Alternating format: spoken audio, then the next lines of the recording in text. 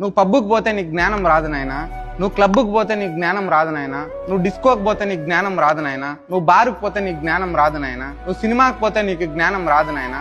ఈ జనరేషన్ పిల్లలు ప్రతి ఒక్కరూ తెలుసుకోవాలి నాయనా, నువ్వు వెళ్ళాల్సినటువంటిది దేవస్థానాలకు వెళ్ళాలి, అనాథ శరణాలయాలకు వెళ్ళాలి, ఆశ్రమాలకు వెళ్ళాలి, పుణ్యక్షేత్రాలు సందర్శించాలి, నదీ స్నానాలు చేయాలి. నిన్ను నువ్వు తెలుసుకోవాలి తప్పించి నిన్ను అధర్మ మార్గంలో నీ శరీరాన్ని నీ అలవాట్లతో నిన్ను నువ్వు పతనం చేసుకుంటున్నావు నాయన. అటువంటి తెలిసి తెలియక నువ్వు ఏదైనా తప్పు చేస్తున్నా ఇకపైన మారు నాయన. నువ్వు మీ అలవాట్ల కోసము వేలు లక్షలు ఖర్చు పెడతా అంటారు నాయన. లేనోని కోసం ఖర్చు పెట్టండి నాయన, భగవంతుని కోసం ఖర్చు పెట్టండి నాయన, ధర్మం కోసం ఖర్చు పెట్టండి నాయన, సత్యం కోసం ఖర్చు పెట్టండి నాయన, వేదం కోసం ఖర్చు పెట్టండి నాయన. మీ జీవితాన్ని తీర్చిదిద్దుకోండి బిడ్డలారా, మీ జీవితాన్ని తీర్చిదిద్దుకోండి, కళ్ళు తెరుచుకోండి. ఇకనైనా గాని మీరు చూస్తున్నటువంటి ఈ ప్రపంచం అనేది మొత్తం మాయ నాయన. ఇక్కడ శాశ్వతమైనది ఏదీ లేదు నాయన. సన్మార్గంలో నడవండి నాయన, ఏది శాశ్వతమైనది లేదు నాయన.